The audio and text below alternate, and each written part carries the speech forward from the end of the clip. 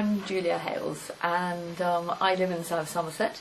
I've been working in the environmental area for over 20 years, and I've written 9 books on environmental issues.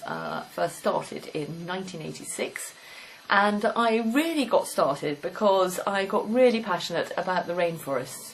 I'd done a huge amount of travelling, particularly in South America, and one of the things that really struck me was that there was people destroying the rainforest, they were polluting the seas, they were doing all sorts of things without really thinking about the wider impact on the environment, and indeed thinking that these things were infinite. It was quite clear to me that they weren't. So, for example, one of the things is I was crewing on yachts, and the people on the yacht that I was crewing on were throwing all the rubbish into the sea, including all the plastics. And yet, when they got to some beautiful, lovely island, they discovered and they saw the rubbish on the beaches, they thought it was disgusting, but they didn't relate that to their own behaviour. So one of the things is that when I got back from my travelling, I really thought that I wanted to do something to address some of these issues. And I wanted to show people that it wasn't just down to the politicians and what they did and what we did in terms of voting for them every 4 years. And it wasn't just down to the sort of campaigning organisations in terms of what they were doing. It was actually down to each and every one of us in the things that we were doing on an everyday basis. And so for that reason I actually joined an environmental organisation. I teamed up with someone called John Elkington, and together we wrote a book called The Green Consumer Guide. It was published in 1988 and went on to sell over 1 million copies worldwide. And the idea behind that book was to show everybody as an individual what you could do, and to give really positive examples of how all the things that you were buying and the way that you were living was affecting the environment. So we were looking at, for example, how you wash your clothes, what sort of food that you eat, how you travel, all across in terms of our lifestyles, in terms of what we do. And so what we realised was that individually that we have an impact because of the actual changes that we make. So, for example, if you reduce the amount of energy that you're using in your home, it's actually very small on an individual level. But if you multiply that across thousands and millions of other people, you realise the savings can be really huge. So a really sort of trivial example of that, for example, is you might have the clock on your microwave, and if you leave that on all year, it probably uses about £2.50 worth of electricity. But if you turn it off and you save that amount and you multiply that across 30 million households across the UK, that's saving 60 million plus pounds worth of electricity, and so it all makes a big difference. And so we wanted to show people what they could do like that. But we also wanted to illustrate that you're incredibly powerful as a consumer in terms of putting pressure on businesses to make the changes that they need to be making as well. And if you say that green issues are a priority for you, then the businesses will change what they're offering.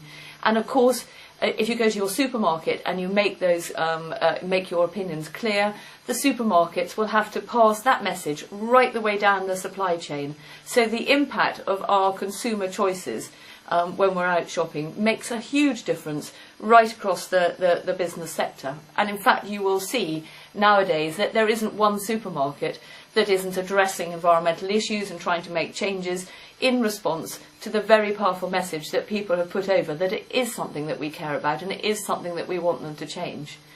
Now, as well as putting pressure on the supermarkets, of course, we're also voting for government, and it's not just in terms of when you go to the election booth, it's actually on that everyday level.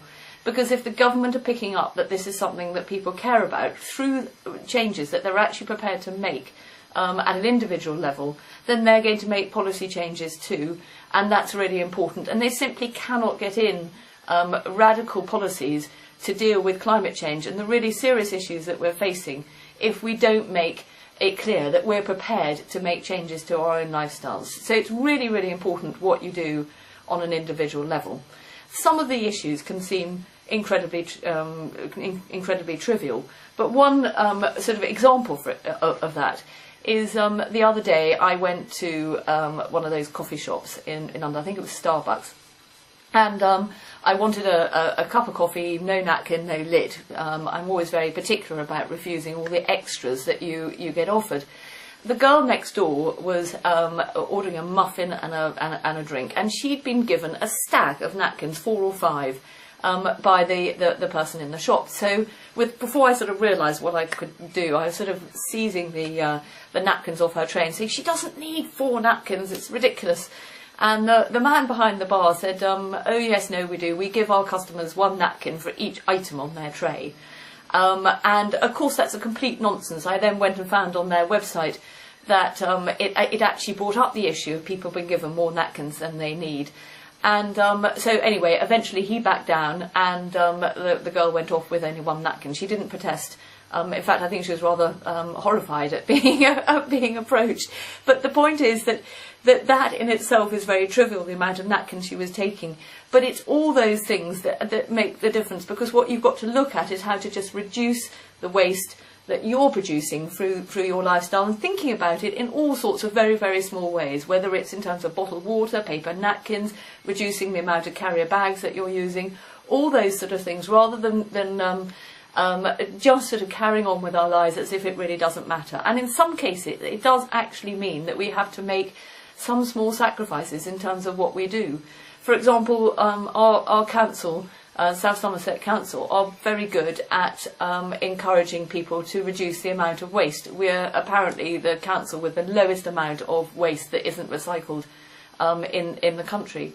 But that requires individuals to actually sort out their waste, to separate it, to recycle it. And one area that's really only become a waste that's sorted quite recently is food waste, which can actually be turned into energy. And so there are lots of things that can happen. There's lots of technologies coming through and things that are changing, but they do require cooperation from people as consumers. Another area in your house that of course is incredibly important is energy, and reducing the amount of energy you use. Now, when people think about energy at home, they often think, well, what I should really be doing is using solar power or wind power, and changing to sort of renewable energy. Of course, that's a great thing to do, but actually the first thing you need to look at is how much energy you're using in the first place. Do you have your heating on in rooms that you're not using? Do you have it on at times of day when you're not actually in the house? The same with hot water. Do you really need piping hot water all day long, or could you perhaps have it on for only an hour a day, which is what I do? If you like a bath rather than a shower, which I'm afraid that I do, I share my bath water with the children.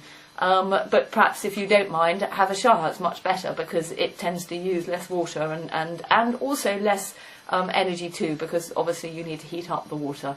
There are lots of decisions on an everyday level that you as a consumer can make, and lots of ways in which you can reduce your environmental impact. And I think that we in South Somerset should be leading the way and helping the rest of the country follow in our footsteps.